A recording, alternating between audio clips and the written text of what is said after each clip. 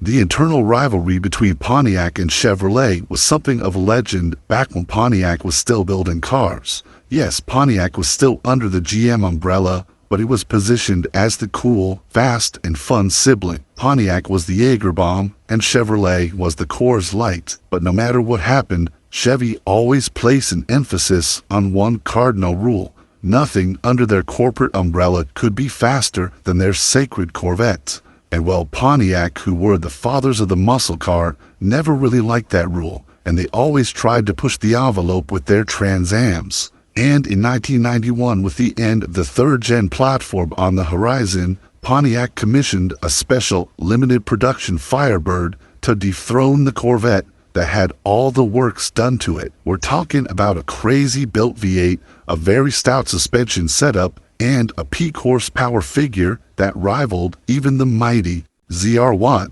And that car was the Pontiac Firehawk.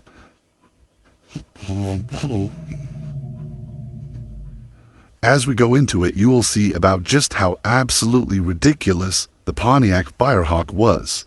But we need to go over some background information first. The official name for the Pontiac Firehawk was the SLP Formula Firehawk. SLP stood for Street Legal Performance, which was a performance parts manufacturer owned and founded by Ed Hamburger. Ed was a real gearhead and a serial entrepreneur within the performance automotive space, who got his start with Mopars and then parlayed that success into Hamburger's oil pans, which was a leading oil pan manufacturer. He sold both of those companies and then started his next venture, which was SLP, in the late 1980s. SLP burst onto the scene offering specifically the General Motors product line with a focus on the third-gen Camaro and Firebird platforms, which were the first departure by GM into that 80s era of wedge styling. According to the company's official history page, SLP were the first people to introduce a 50-state emissions legal performance package for these cars that not only increased performance, but also improved overall fuel economy. This was no easy feat, and with the late 80s, a stock V8 Firebird was barely making over 200 horsepower, so any performance increase was very much welcome. This SLP package happened to include a full exhaust with headers, a revised intake system, and a remapped tune, which resulted in a monstrous 50 horsepower gain over stock. These were serious power gains, and clearly with this being 50 state legal, SLP got everybody's attention, even Pontiac's.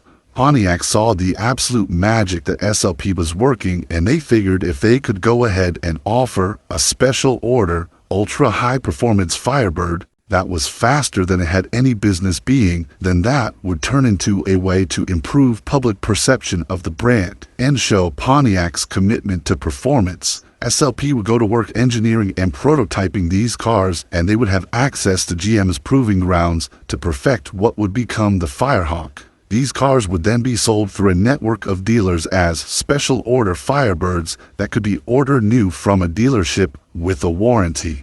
It should be noted that these Firehawks were not featured in any official Pontiac adverts because they were sold as dealer partnerships and not technically on behalf of the manufacturer, kind of similar to how Baldwin Motion sold their cars. But by 1991, SLP's R&D was done, and they were ready to bring their creation to market. The Firehawk was positioned as the ultimate performance offering from Pontiac, which meant that it came with an ultimate performance price tag of $40,000, or $51,989 with options, which was double the price of the top dog Trans Am GTA. So what exactly made the Pontiac Firehawk worth all this money? Well, all these Firehawks were supposed to be built off of red Firebird formulas that served as the donor car. But all that extra money that you were spending went into an extensively overhauled drivetrain. The 350 cubic inch GM L98 small block was still used as the base for the Firehawk, although it received a new set of ported heads, lightweight pistons, a forged crank, new connecting rods, a new intake, and a full free-flowing exhaust system. All this internal engine work paid off in dividends. Stock L98 would have made probably around 235 horsepower. The Firehawks, though, made a whopping 360 horsepower and near 400 foot-pounds of torque.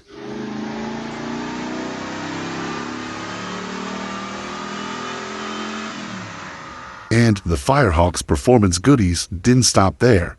Gone was the automatic slush box that sat behind the 350 Firebird, and in its place was the 6-speed manual transmission from a C4 Corvette. Note, you couldn't even get a 350 in the 3rd gen with the manual at all from the factory, so this being a manual, let alone a 6-speed, was a big deal in itself. The Firehawk also received an aluminum drive shaft, a Dana 44 rear end, and even new axles to help handle the added brunt of this new SLP-built engine. With a curb weight of 3,400 pounds, the Firehawk could rip off an impressive 0 to 60 time of just 4.6 seconds, a low 13-second quarter-mile time, and the car could top out at about 160. These were base C4 Corvette killer numbers, and they even put the Firehawk performance-wise in a very similar class as the almighty C4 ZR1 and even some other more exotic cars of the time. And you might be wondering where that extra $10,000+ in optional extras would go for the top-trimmed Firehawk. Well, that got you a set of 4-piston brake calipers lifted directly off the Ferrari F40, a new lightweight aluminum hood, a Recaro driving seat, racing harnesses, a roll bar, and some other trick parts to get your Firehawk track ready. The 275 size tires that sat at all 4 corners of the Firehawk helped dramatically improve mechanical grip over the stock tires that the car would have came with, but they did make it more darty on public roads and over potholes and cracks, which according to period testing from a few publications including Car and Driver and Motor Week noted that the Firehawk itself was a rather jarring experience to drive. It was visceral, raw, and in terms of ride quality or interior refinement, well, it just wasn't really there. But that was not what people were purchasing the Firehawk for. They bought this car to get themselves truly the only turnkey old-school type hot rod that you could buy at the time. Partially because this was an SLP product sold by Pontiac dealers, which let them skate certain regulations and tests when building the Firehawk, like the EPA's 50,000-mile emissions test. Still though, with a $40,000 to $50,000 price tag for the Firebird, even if it did offer that awesome visceral performance, it was still really close to Corvette ZR1 prices. And that car for the period was amazing and generally a more livable car, even though it had 2 less seats.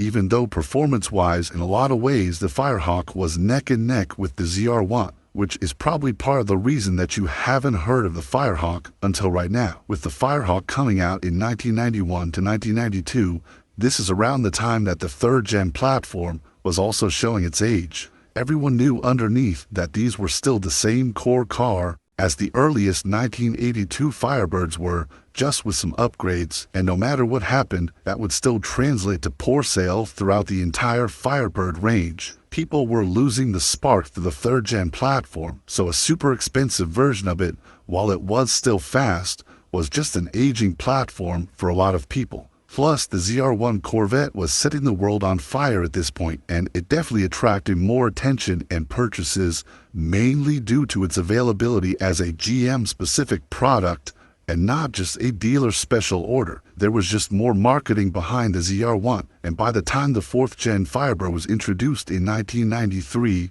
just about 25 or so SLP Firehawks were built on the 3rd gen platform, which makes them incredibly rare. There were initial plans for SLP to build 250 cars, but that just never came to fruition. All the Firehawks were supposed to be painted in bright red, but it turns out a handful of the 25 cars got different colors, with one of them even being green. And while for a lot of people the 3rd gen Firebirds are like the red-headed stepchild of the Firebird line, I happen to love the lines of the 3rd gens in particular. Values for clean 3rd gens across the board are rapidly climbing, and with so few comparable sales out there, it's hard to gauge what the value of a Firehawk truly is now. But they trade hands so seldom that it probably doesn't even matter. And thankfully that wasn't the end of the Firehawk though, because SLP would get a resurgence and be able to do a lot more with the Firehawk name in 1993 with the 4th gen platform. And that's a topic for a whole separate video, so if you want to see that, leave a comment down below.